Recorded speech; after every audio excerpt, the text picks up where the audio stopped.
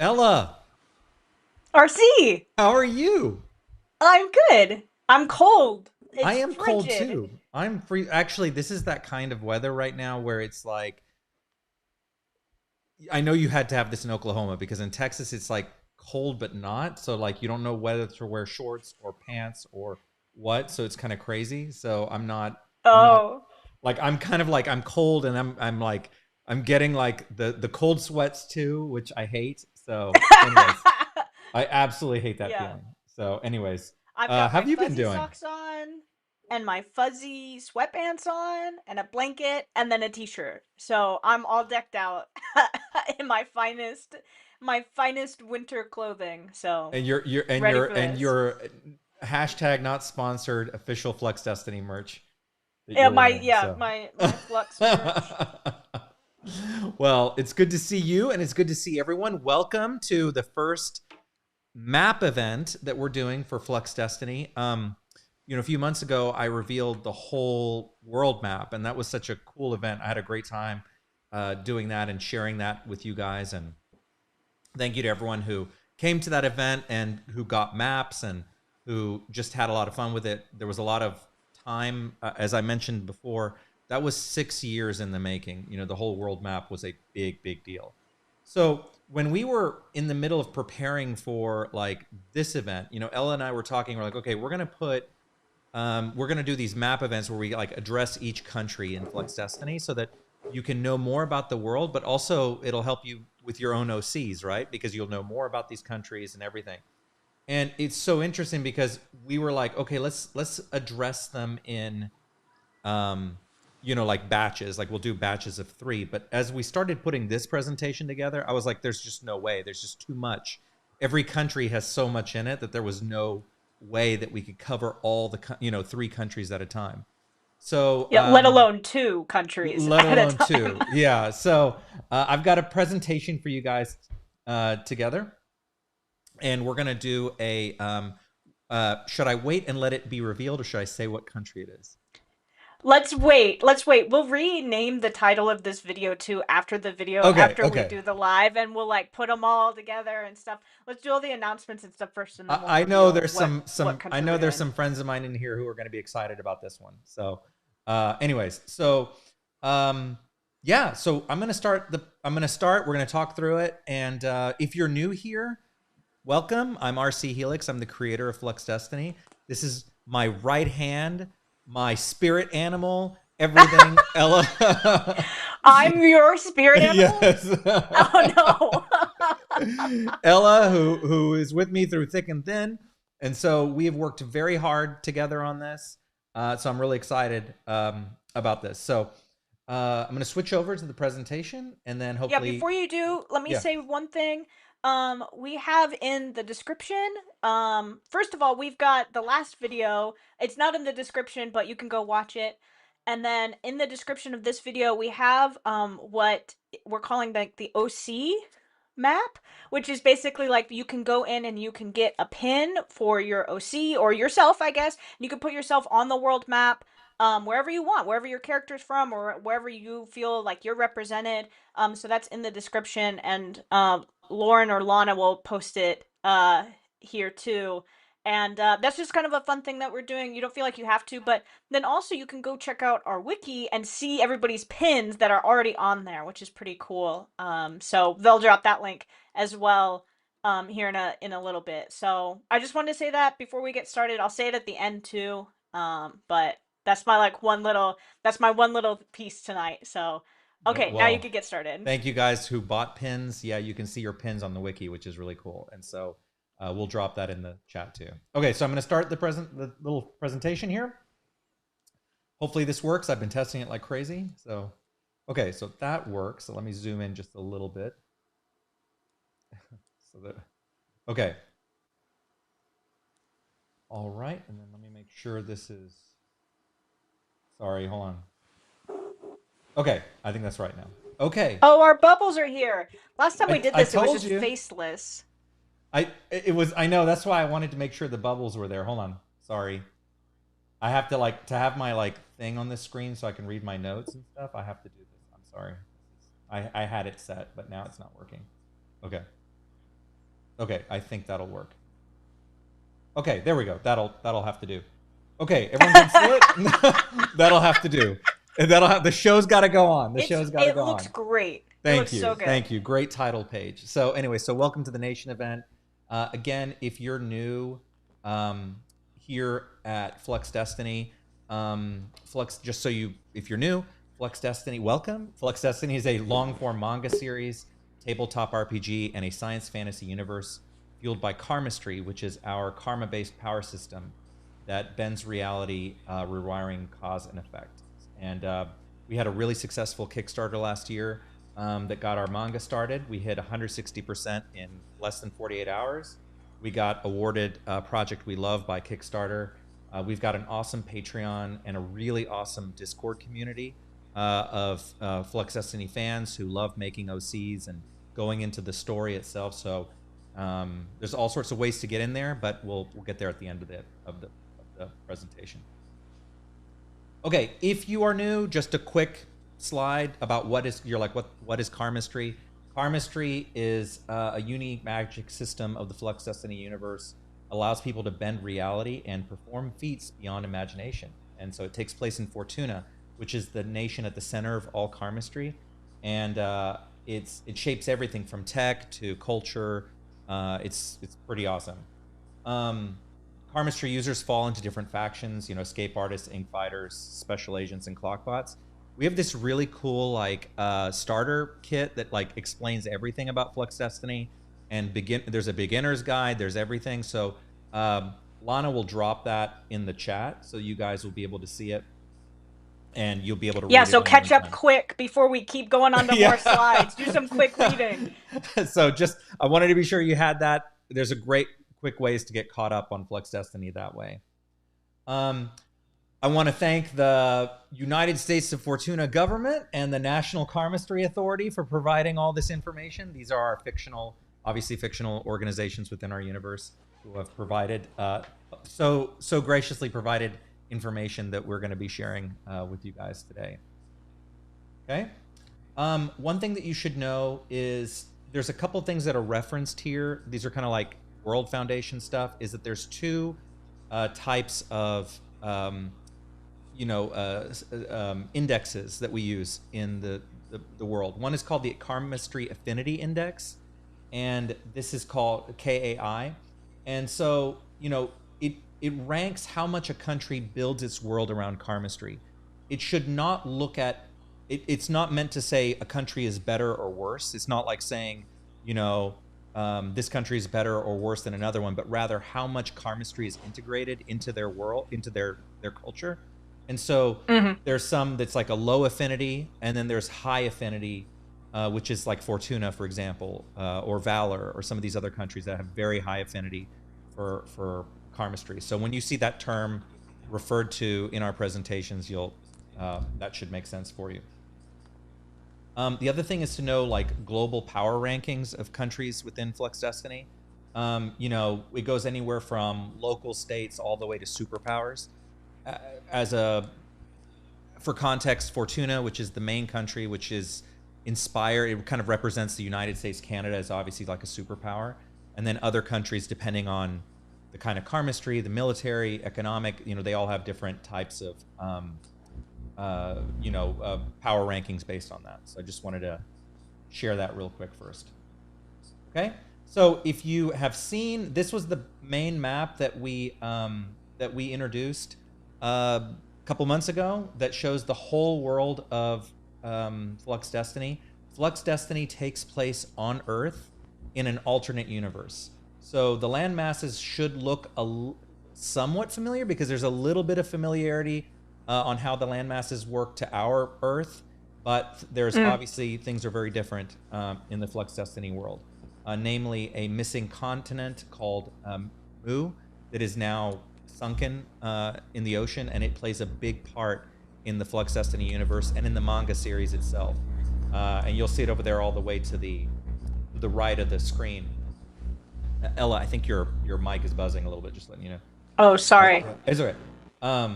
So all the way to the right of the screen, you can see it over there where Mu is. Okay, and this map, by the way, is available on fluxdestiny.com, so you can go explore it and go check it out. And Ooh, Lana, if you don't mind, explore it.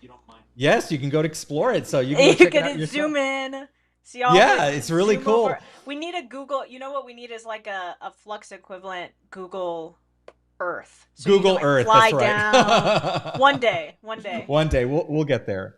We'll get there. And Lana, if you don't mind dropping the map link in the chat, you guys can check that out in your free time too and zoom in. And a lot of this presentation stuff that I have in here will also be in a world book that's available there. Okay. That link will also show you that the countries that have been developed for Flux Destiny, roughly, these are kind of the, when I was developing the universe, I kind of grouped certain regions of our Earth to create the fictional countries. Obviously, it's not practical to make every nation on Earth a fictional one in our universe. So what I tried to do was to create, to take areas that had kind of like similar, or related cultures and create kind of, and use them as inspiration to create other countries from it. So there's this guide that you'll see on the website that you'll be able to kind of see. This was actually my handwriting on it when I was circling the areas and saying, okay, this is what these different countries, what they represent, what they kind of capture. And so if you're looking at developing your own OC, and you're trying to find one that has a certain, kind of, cultural, background, you can look at for its equivalent. I should be clear that these are not like equivalents, right? They're inspired by. So it doesn't mean it's that country. It just means it pulls inspiration from those countries. But if you want to find one that's relatively close to that, you can use this map to kind of see that. And it's important to note too that if you see a country on our map that doesn't have an equivalent, then it's completely unique and completely made up. We've got a couple of them that eventually we'll talk about, but just so you know. Yeah, for sure. That's a good point. Okay, so just for now, we're not talking about Fortuna today. That's not the country we're talking about. I have it here just to give you guys some like a reference point for anyone who's new. Fortuna is the United States of Fortuna. It's the main location of the main manga series where Hugo and Marco go on their epic story that's taking place in the manga.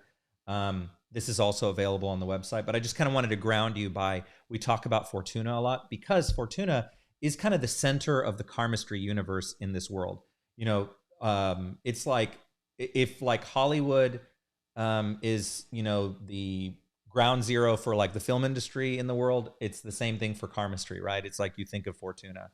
And it plays a big part in the story and a lot of the lore in the universe. So you can check this out on the website.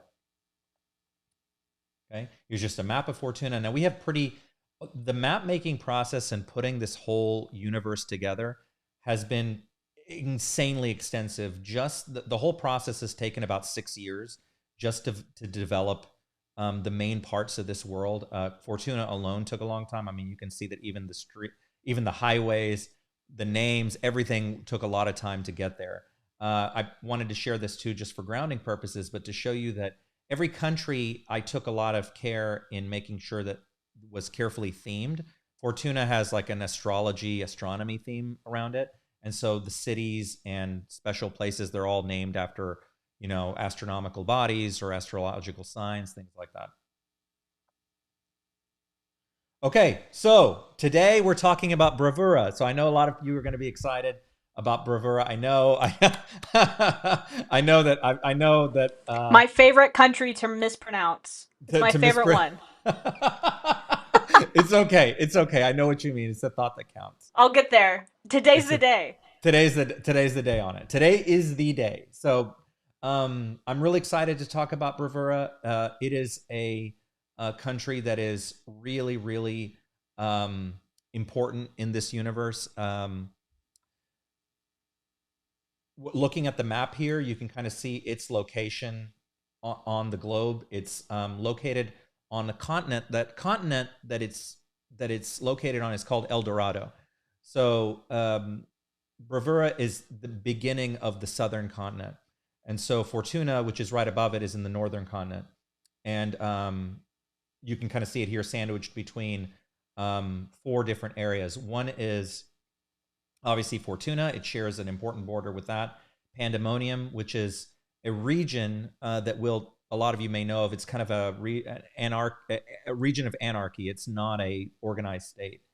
We've got Solstice, which is a country that is, in this alternate universe, it draws inspiration from, you know, Aztec, Mayan, Incan Empire. It as if in this timeline that those cultures had not been, you know, wiped away by the Spanish Empire. So Solstice is another country that we'll explore in the near future. And then Aurora, which is kind of like takes Brazil, it really captures like Brazilian culture, is in Aurora. So that's kind of the location. That's where we are. So let's talk a little bit about, let me see if you guys can, I don't know if it's, hold on, make sure you can see that, everything here. Okay, so let's talk about Bravura and kind of like the main, you know, points about it. The Bravuran Republic is this mountainous nation, and it's bordering Fortuna and Pandemonium and Aurora. It was once a colonial holding of the Solara Empire, and we'll learn later that Solara is the equivalent in this world of like the Spanish Empire, right? But it kind of combines several European countries that inspire it. So Portugal, Italy, and Spain. But Bravura was once part of the Solaran Empire, and it gained its independence in the early 1800s following a really big global upheaval that happened after the Mu continent sunk. And once that collapsed, a lot of other world governments started kind of shifting. There was all this upheaval because the world order had been turned upside down. Mu was a very powerful country at the time, and it was the birthplace of karmastry. And so when it collapsed, it sent shockwaves through the whole world, and so that gave Bravura its opportunity to break away from Solara. It is rich in gold and rare resources, so rare minerals. It emerged after that upheaval as a major economic power. So it supplied critical resources that actually helped fuel Fortuna's rapid rise in karmastry and karmatech infrastructure because of its major gold reserves. It is highly geotechnically active. It's got fault lines, geothermal basins. It's got active volcanoes. It's a very tectonically active region of the world. Prior to the 20th century, you know, right now the modern time is taking place in 1990 AC in this calendar, and prior to the revolution that we'll learn about a little bit later in the story, it was actually internationally known for geokarmastry escape artists. They were focused on mineral manipulation, you know, and large-scale environmental control.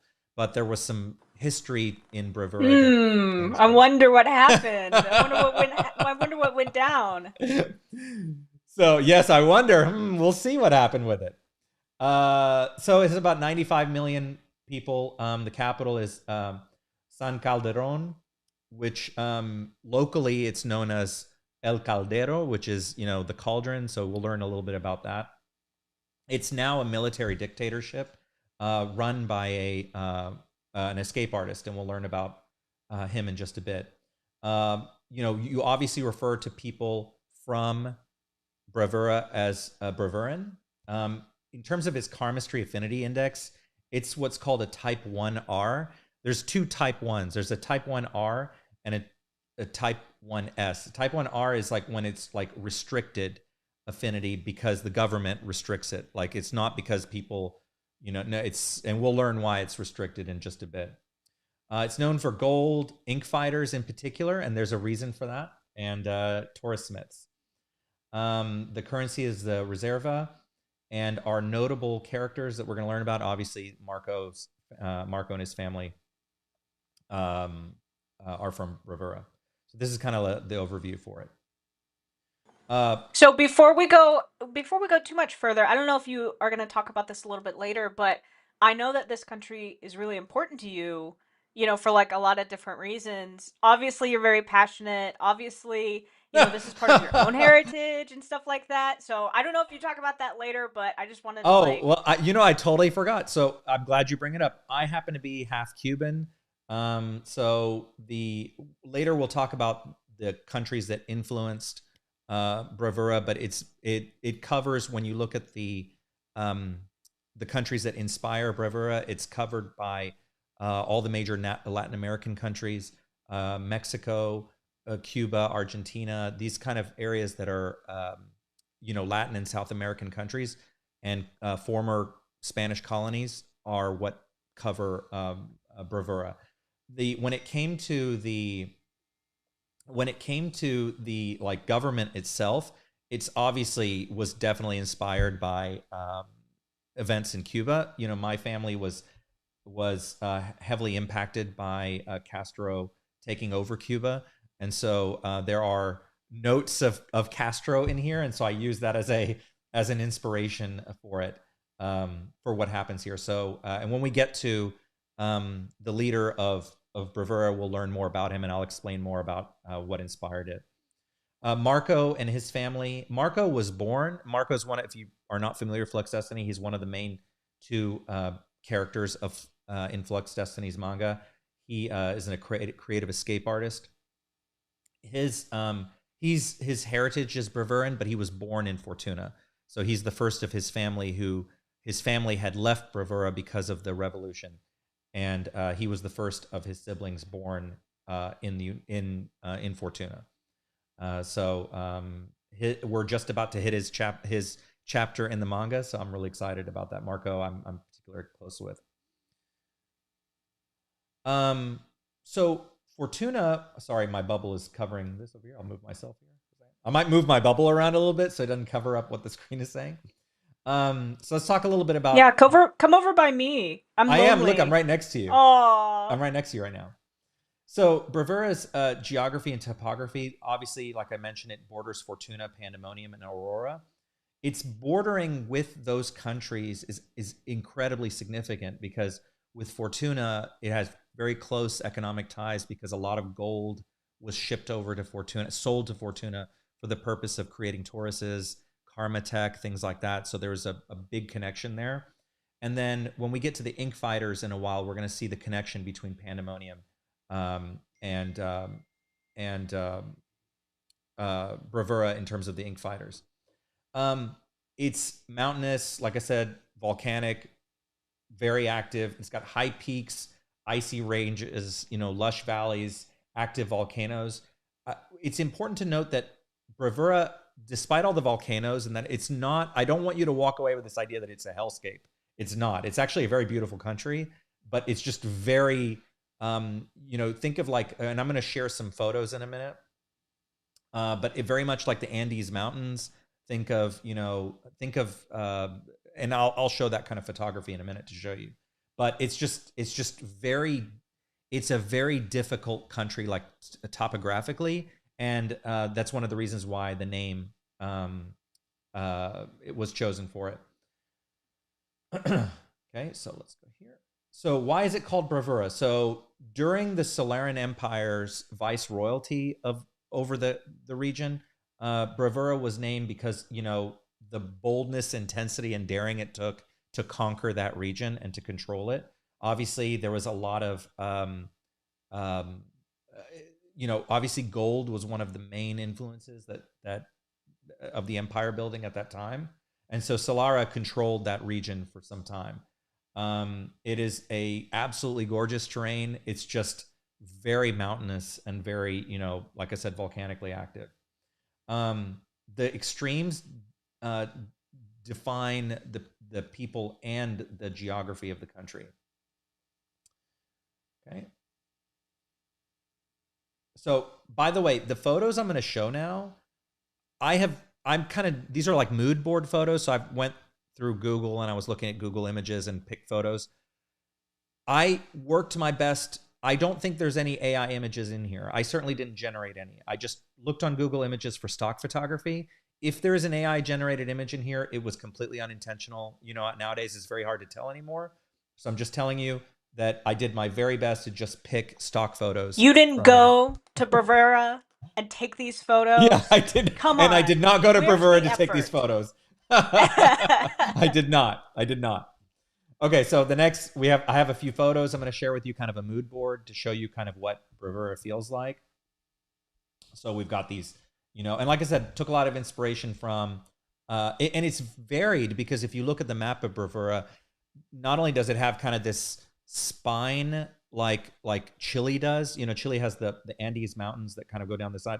So it has these really like crazy mountains, but it also has tropical islands which cover, you know, our friends in the Caribbean, countries in the Caribbean, and territories like, you know, Cuba. Obviously, Puerto Rico is a territory of the United States, but culturally it's more part of Latin America. So, you know, those kind of like island countries are all kind of part of this region too. So we've just got this really, really, really just beautiful landscape. Volcanoes are a big deal here. So, you know, like there are lots of volcanoes in Bravura. We'll find out later that they use karmastry to control volcanoes that are around like populated regions. So it's pretty cool. I thought that was a pretty cool element of it that they use that. But they draw a lot of resources and power from the volcanoes. So volcanoes are also natural sources of karma, and believe it or not, it doesn't necessarily mean that it's negative karma. A lot of positive karma comes out of volcanoes. So it has a really, it's a really great region to for karmic energy. Okay. Let's see.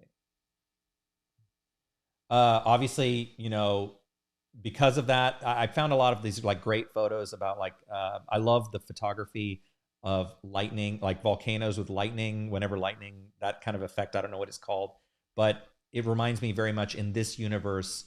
It wouldn't necessarily be lightning, but it's you know, karma. It's like, you know, karmic effects coming out of it. So that's kind of what I pictured with these mood boards on it.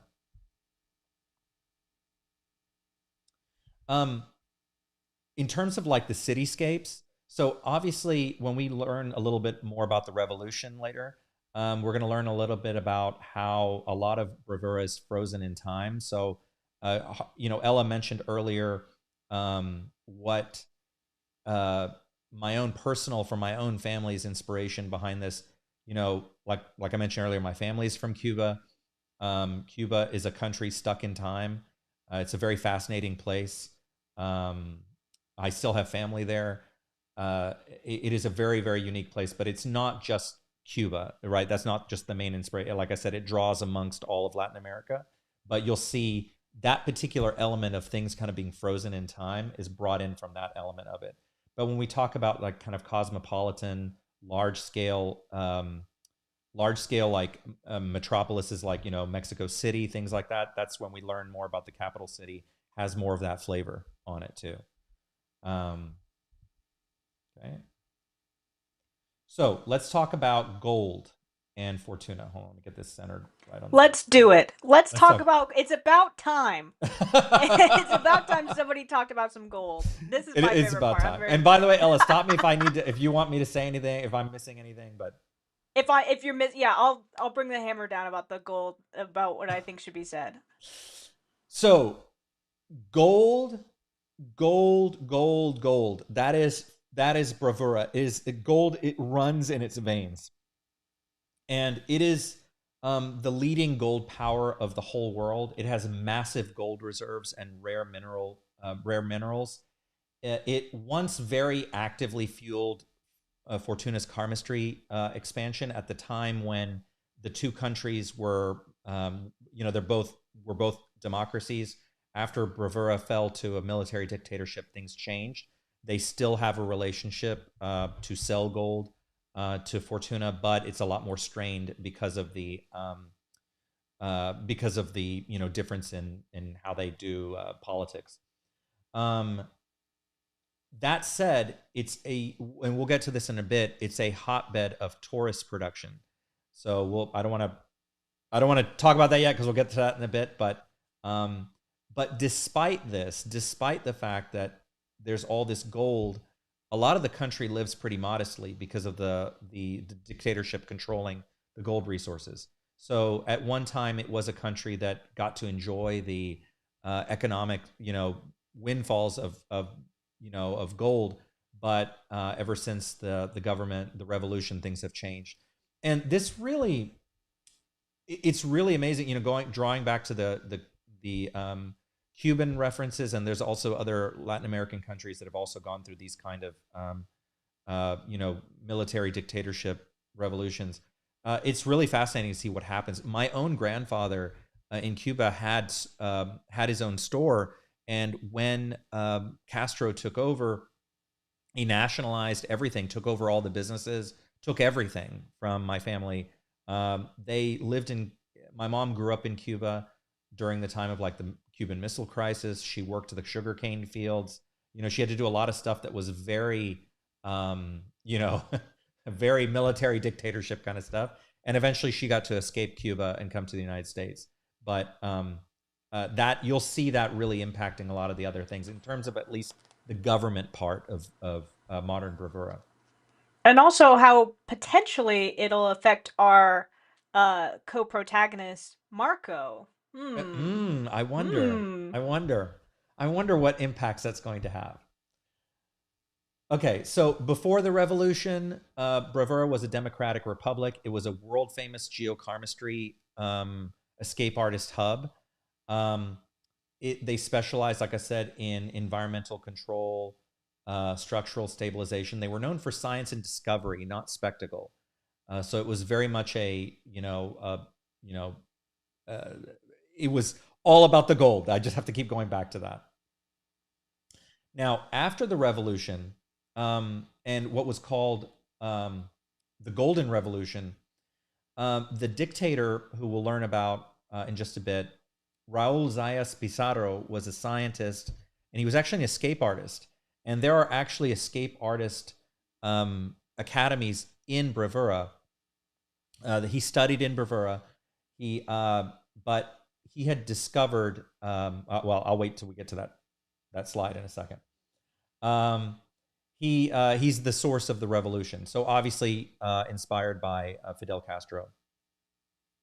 Now, he was, like I said, a former karmastry scientist. He was the difference. Whereas Fidel Castro was a lawyer, he was actually a very, very smart lawyer. He used his abilities for debate and speaking to convince people and start the revolution. Zayas was actually a karmastry scientist, and he was an escape artist who was a expert in geokarmastry. And he was brilliant, and he was disciplined, but he became deeply paranoid. And he actually started studying in his work for the country. He started learning about the country's connections to Mu and kind of these ancient these ancient stories about Solara and Mu and why there was so much interest about Bravura and the gold. And so he started studying it, and he's convinced that there were secrets that are still buried in Bravura that are very powerful karmastry secrets. And so he led the revolution that took over the country. Now, his stage name is a play on words, obviously Ouroboros, but in this version, it's a play on words in that in the original word for Ouroboros, which is the snake eating its own tail, the oro doesn't mean gold. But in Bravuran, which is our equivalent to Spanish, which is a dialect of Solaran in this universe, oro, that's why it's hyphenated here, right?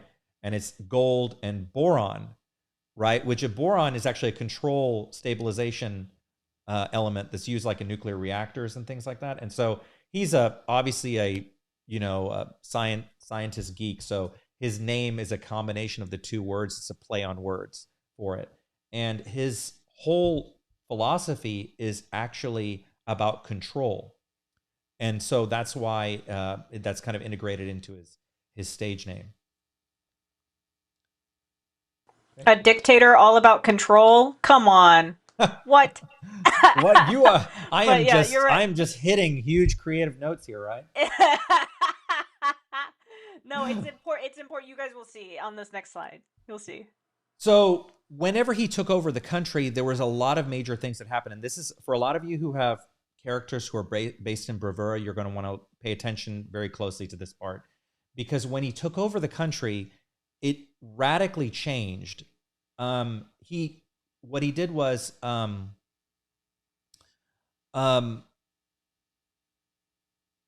he hold on, let me pull up my notes so I can read it direct from my notes so I can better give you what happened.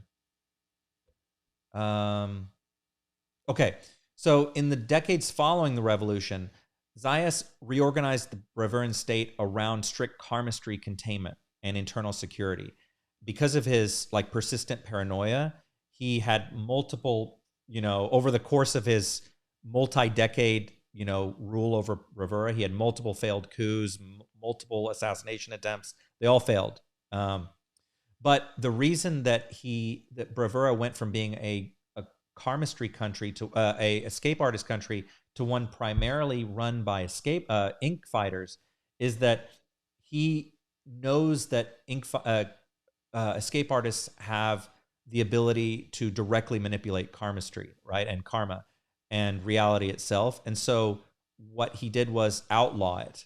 He outlawed great escape artists in the country. And so you have to be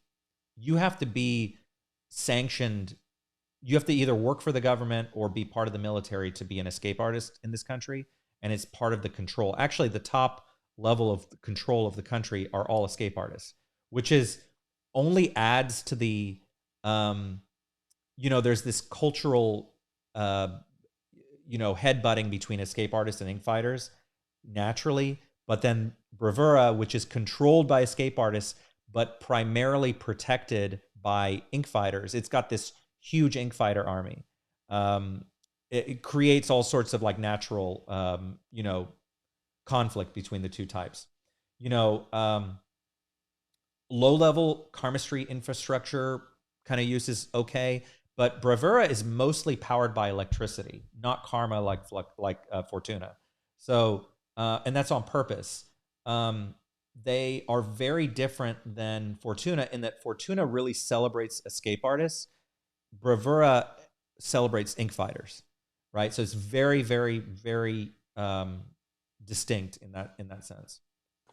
And that low-level karmastry stuff will come back into play when we start talking about what they're using the gold for in a little bit, because obviously they're part of that that system. So I'll bring it up again when we get to that part. But just keep that in mind while we go. Here's some of our official art here from the RPG. This is a cool ink. I always loved this ink fighter girl. I thought she was really cool. So Bravura's ink fighters, they are the backbone of Bravuran military and security. They obviously can't perform large-scale karmastry like escape artists. That doesn't make them not powerful. It just means they don't manipulate it in the same way. The cool thing about ink fighters is that when you have an army of ink fighters, their karma cannot be extracted by anyone else. It can't be pulled from them. And they're also not subject to payback.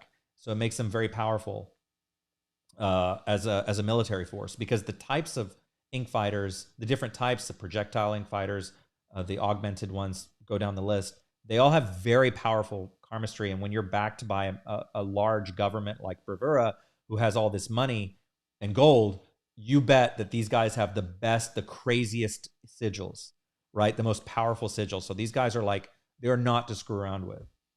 Now, the origins of Bravura's ink fighters, now they came because if you remember from the map, that Pandemonium is right in the middle of Fortuna and Solstice and Bravura.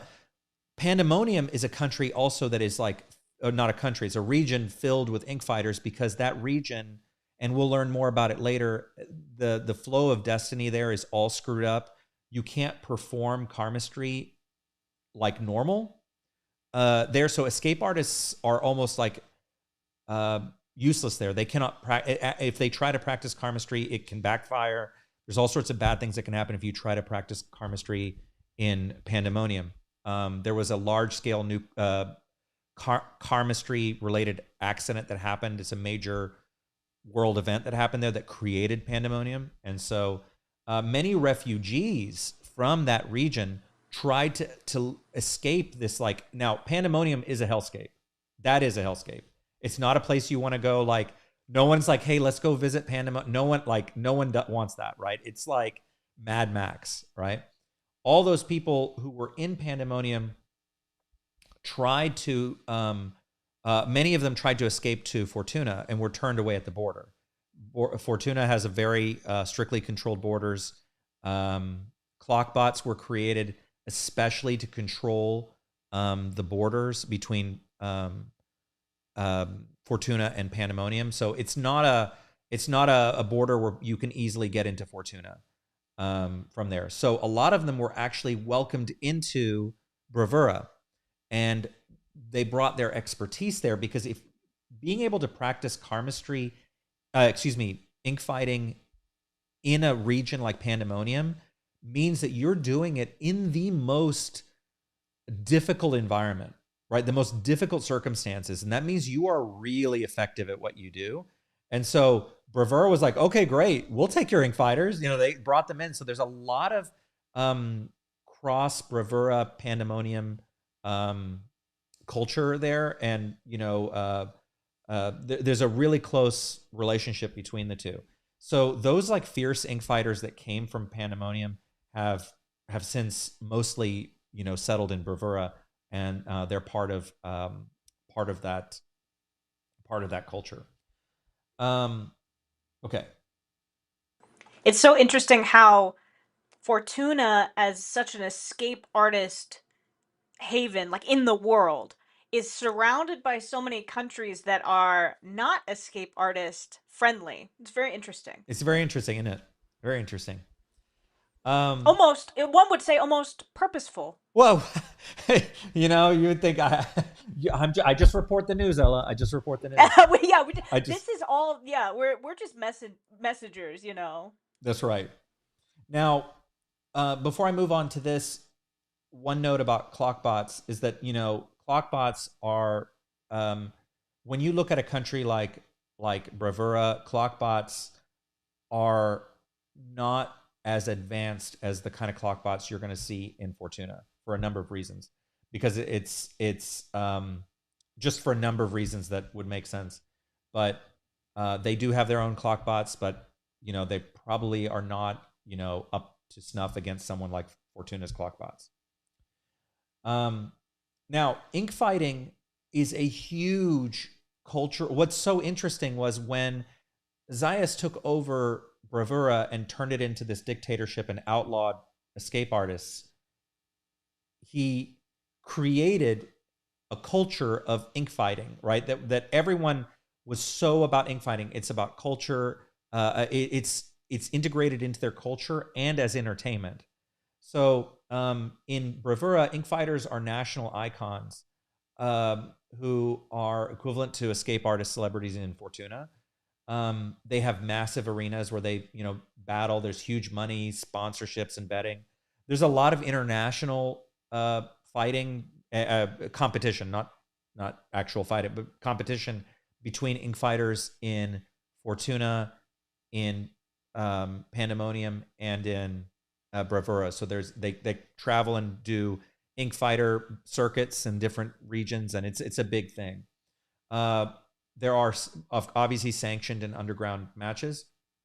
I do have to say, if you haven't read the Firefly story, Ella wrote an amazing story that kind of gives you a taste of what it's like to be a ink fighter in Fortuna specifically, right? It's not as and that's a pretty brutal story she wrote.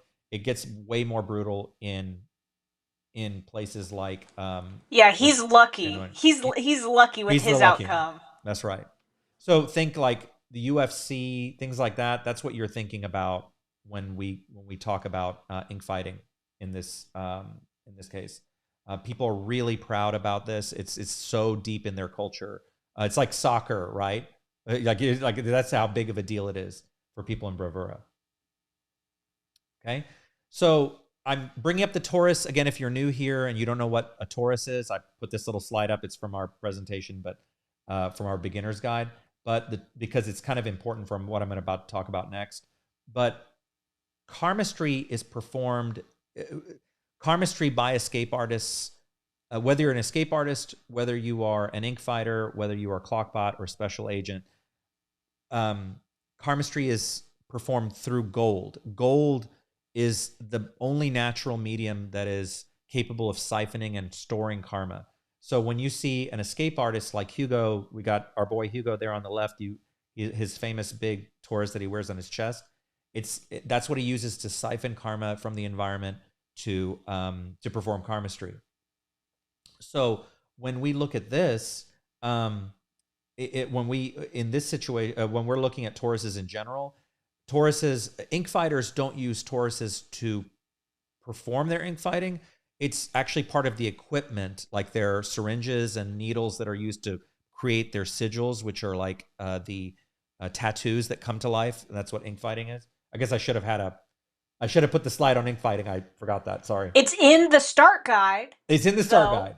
It's in the start guide. So there's a picture of like the sigil tattoo gun, and it kind of shows where, you know, the Tauruses and that kind of stuff. So there's Tauruses always have to be involved when it comes to karmastry. So that's right.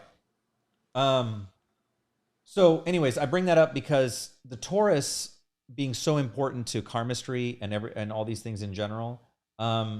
Oh, by the way, thank you guys for the super likes. I just saw some super likes fly through. I really appreciate that. That's very cool of you. So it's very important. You cannot perform karmastry and you cannot be an ink fighter. Your sigils cannot be created unless they use a Taurus to siphon karma that therefore is used to create a sigil for you. So Tauruses are incredibly important. I bring that up because Fortuna, Bravura is a hotbed of Taurus foundries. And so Taurus foundries are these specialized workshops where Tauruses are designed to channel and store karma. They are anything from boutique foundries to like these large scale industrial, like, where they smelt gold and put all that stuff together. Like it's a big deal. But just in Fortuna, you have what are called dream workshops, which are these Flux Destiny studios, basically. In Bravura, and you do have Taurus foundries in Fortuna, but the ones that are super famous are in Bravura. And so Taurus foundries you'll find a lot of famous Taurus smiths come from Fortuna. And this is what I was talking about with the low grade karmastry, because trades and craftsmanship and all that kind of stuff, that this is where it is. Obviously it's very like strict, but this was what I was saying, remember, because this is kind of where it lives. So if you're going to do like low grade escape artist stuff, it's probably going to be here. That's right. Okay. All right. So hold on. Again, these are photos that these are mood board photos that I found on Google. I did my best not to find anything that was AI. I hope it's not. If it was, it's by accident. Just putting that little disclaimer if you're just coming in. I tried to do stock photos. I was just trying stock photos. Because it's got this, vast gold reserves and these big foundries, they now, however, operate under direct military control. So it's not like, these are like individual companies and stuff that are outside of like, Bravura's control. They are all state controlled, right? So you can't go and like, I'm going to go to Bravura and start a foundry. No. Okay, you will. And then the next day you're going to have a, military officer, probably a ink fighter, show up at your door and say, okay, this is now ours. Thank you for starting it. Right. So, now there are civilian Tauruses that are available for very, like, they are low grade. A lot of Tauruses are made from gold alloy, and they are specifically designed in Bravura for civilian use. That's going to have very little, as low karmic gold ratio as possible, so that it will have the smallest karmic charge. Obviously, Zayas, the dictator, doesn't want an uprising, right? If you have, I mean, the ink fighters alone could turn him over, but the thing is, like, escape artists would definitely create an even bigger existential threat to his control over the country. And he's been ruling over the country since 1959, and so he's there to stay, right? And there are rumors that even Fortuna was involved with trying to overturn his. A lot of countries were involved because obviously,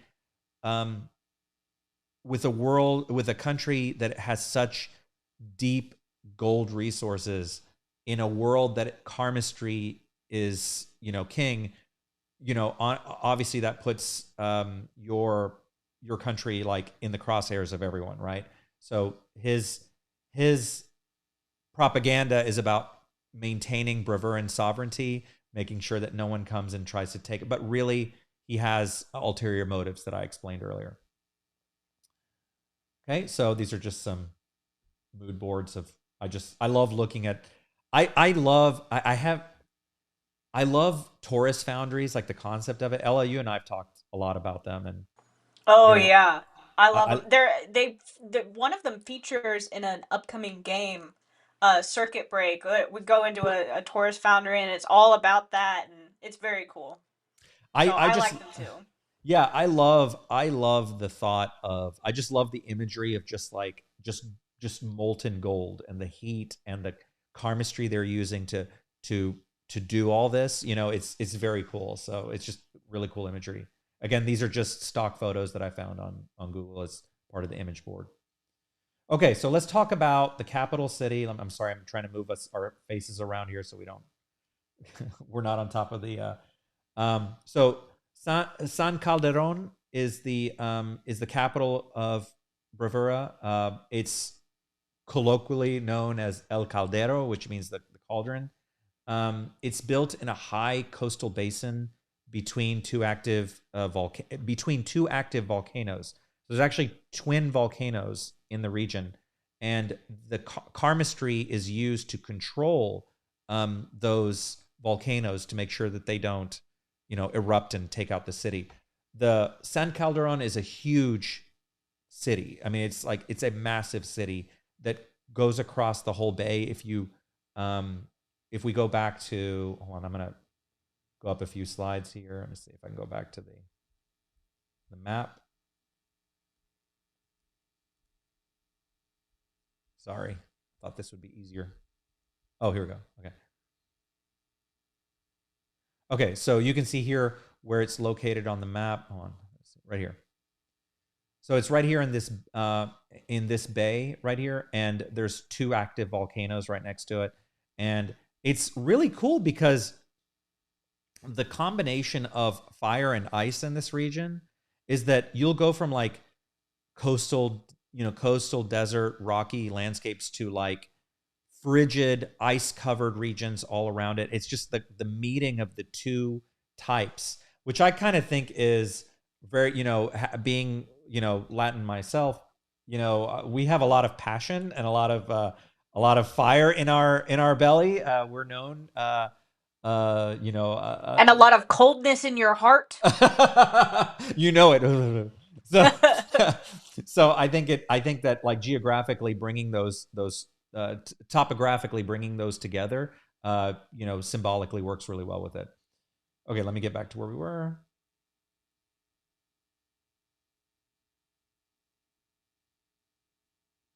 Okay. This is I can't wait to do a story around this city because it's a really mysterious city. There's a lot of stuff that happens in this area between ink fighting and what the military is doing, and the illicit activities, organized crime. There's all sorts of cool. It's just like this really rich bed of activity that makes it a cool place. It's got beautiful beaches. It's got everything. It's kind of like a mirror of Andromeda. in a way, right? Where Andromeda is very much representative of like very much like Los Angeles. This is like a negative, like no, I wouldn't call it negative. I don't want to call it a negative mirror. It's a reflection of it, but with ink fighters as opposed to escape artists. So, but we'll go later when I don't have it for this presentation. We don't have like the detailed map of Bravura yet, but we will have detailed maps and we will have like the city maps and things like that that you'll be able to and the see. ruptures will be on there as well, because That's that's right. part of the history and all that will come with timelines and things like that. But this will get you well enough started for That's sure. right. Okay, here's just some mood boards. I saw this. I was having a hard time finding some really using real photography, like finding stuff that was like, okay, inspiration, like that could show that was more fantastical. I couldn't obviously because it's real photography, but I found these great photos of, I think one of these is like Santiago. There's this other, I think the one on the bottom right is, I forget the name of the city. I think it has like an, I don't remember if it was an Aztec name. It's in Mexico. Um, so these are just some really cool, just kind of mood boards for it. So when we talked again about the real world influences, let me move my face and your face out of the way. Again, these are kind of like when we look at the different, now these are not exhaustive, right? Like this represents all the kind of like, it's pulled influence from all these countries in that region. This is only a small list of kind of what we pull from the different cultures to create it. Obviously with Cuba was the revolutionary dictatorship, cult of personality. With Mexico, the Mexican culture, volcanic geography, with Chile, the mountainous spines, the seismic activity. Peru, we brought in gold, extraction, the imperial ambitions. So every country kind of feeds into the creation of Bravura, and helps kind of create this fictional country that was once a territory of an imperial country like Spain, but in our universe is Solara, that kind of captures the common threads of all these cultures together, of all my fellow Latinos here, and bring those together into something that I felt was believable for this world. So I think that's the last slide. So that's the last slide here for this. So Ella, did I miss anything on this? There was so much I've covered. I hope that you guys enjoyed that because I spent a lot of time putting just this presentation together. But what do you think, Ella? Do you have I anything thought you that want was to? great. I think this is a really good starting point for everybody. It gives a lot of history. Obviously, there are some things that as we keep going, and we provide this on the wiki and stuff, you'll get more info, and obviously, you'll learn more about certain things either through companion stories that we write for our Patreon, and then release publicly, or even in the manga itself. Which, if you haven't read the manga, there are links in the description, of course. So all of this, like, you think like, oh, all of this, and this is just one country. This is one out of, like, what did we say, we have like 30 countries. Yeah. So obviously a lot of this is for Flux Fantasy, for OC creators who want to play games. Eventually this kind of information will be put into an RPG book, and there might even be games that take place here. So it's all for the good flavor of the world and all that. So there's more to come. Obviously, this is just sort of a basis. We can't obviously talk about everything in 1 hour live, but this is the good base for it. So You know what I think, part of like the development, so the process of like creating, I just want to take a second just to kind of talk about um, world building for fictional worlds in general, about this is that, like I mentioned to you earlier, it took about 6 years to develop the whole world and all the associated countries that are part of this. And even then, there is so much, like, you can't, like, when you develop it, there's so much interlocking history and um, influence between the different countries that you have to really. It's a lot to think about. It's fun. It's like a big putting a big puzzle, and you're like, how does this fit together, right? Like you're like thinking like, Yeah. if It's I not do as this, easy as just like throwing things together or being like, "Oh, it's Mexico." Well, it's not just Mexico. You know what yeah, I mean? exactly. It's more than that. It's everything. And so it's and the timelines and they all have to fit together. There's all these conflicts and then they interlock. Like just like you said they come together and it's not just oh, it's a country that's just like on its own. It's like, well, how does it interact with the one of the most important things is how does it interact with the rest of the world? And especially how does it interact with our main story? Because it is a part. Not only is Marco has a heritage from there, but it literally butts up against Fortuna. So there's all these implications that come with creating something, and also, you can't be wrong, because it's your world, and so you have to make a decision. So I feel that from a world building, from a writing standpoint, the difficulty.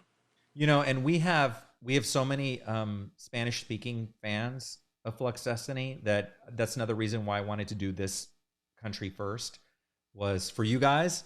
And you're going to see in this coming year the manga and other things being translated into Spanish.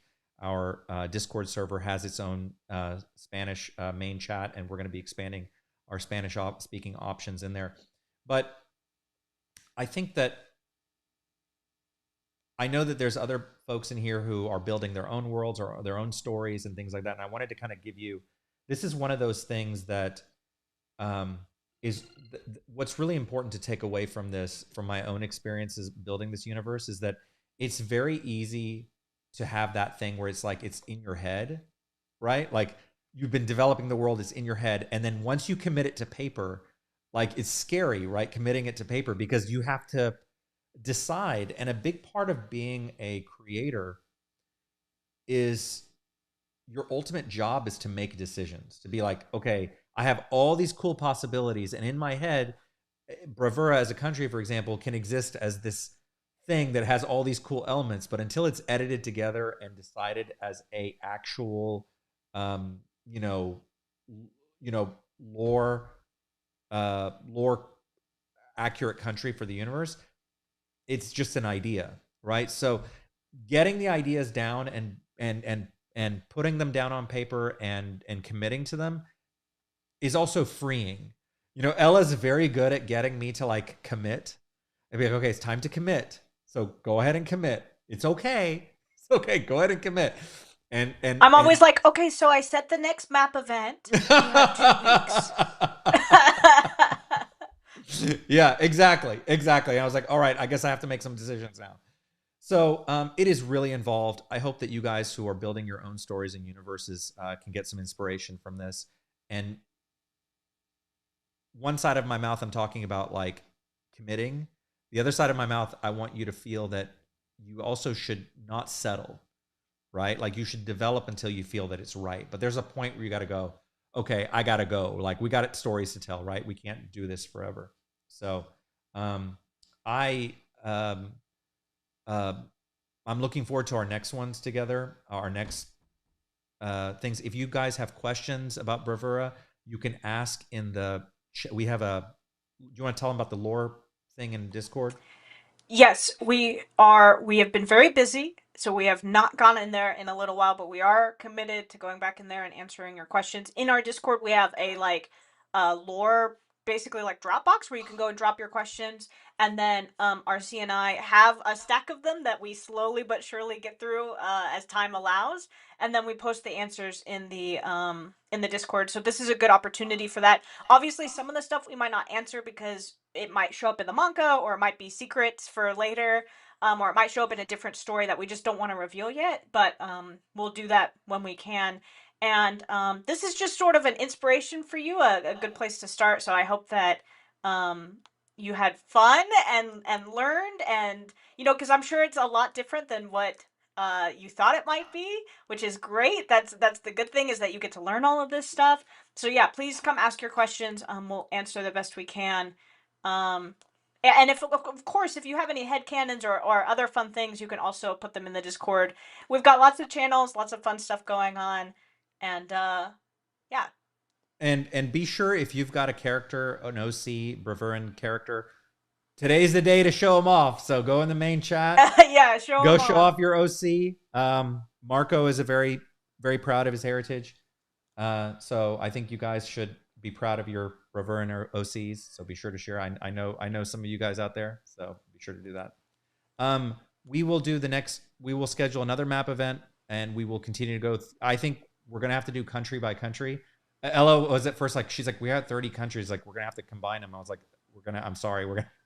After today, you can see why I have to do it one at a time. So. I think we'll get to a point where some of them can be combined. They're smaller, yeah, in scale than that. We're doing the really big ones first, for the most part. So we'll schedule that, and then we're looking forward to that.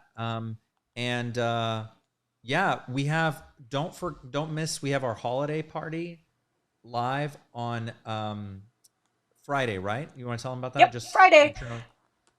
Yeah, so this Friday, we've got our holiday party. It's gonna be me, RC, Lana, and Lawrence is gonna join us for the first time live on our channel here, which is gonna be awesome. And we're gonna do a little fun holiday poster drawing. RC's gonna be doing some drawing, and we're gonna give suggestions. The Flux team and I are gonna give some fun things to throw them off, but also to help, so it'll be fun. And we're going to just celebrate the holidays and New Year. And then we actually still have more events after the holidays, because then we kind of take a little break. And then right before New Year's, we've got at least one canonization event and some more manga lives. So those will be fun. And yeah, we're wrapping up the year strong with a bunch of fun events. So I hope you guys join us for as many as you can during this busy season. And if you missed the beginning of this video and you want to watch it, this will be up on, once the live ends, you can go back and rewind it and go watch. So I'm sure you want to go see Professor RC talk about the history of Bravura. You can go see that. So, and then we will be updating the wiki soon to have as much of the public information that we can share. So that'll be up soon. So thank you guys for coming out and hanging out late on a Wednesday night. It was just fun. Yeah, to our class. Yeah, this is to class. Lecture. Yeah, now everyone pass up your homework.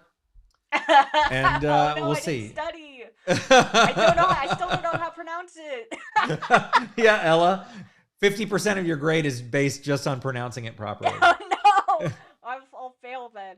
Oh, no. All right, guys. Have a great night. We will see you on Friday. And yeah, go make it real. Good night.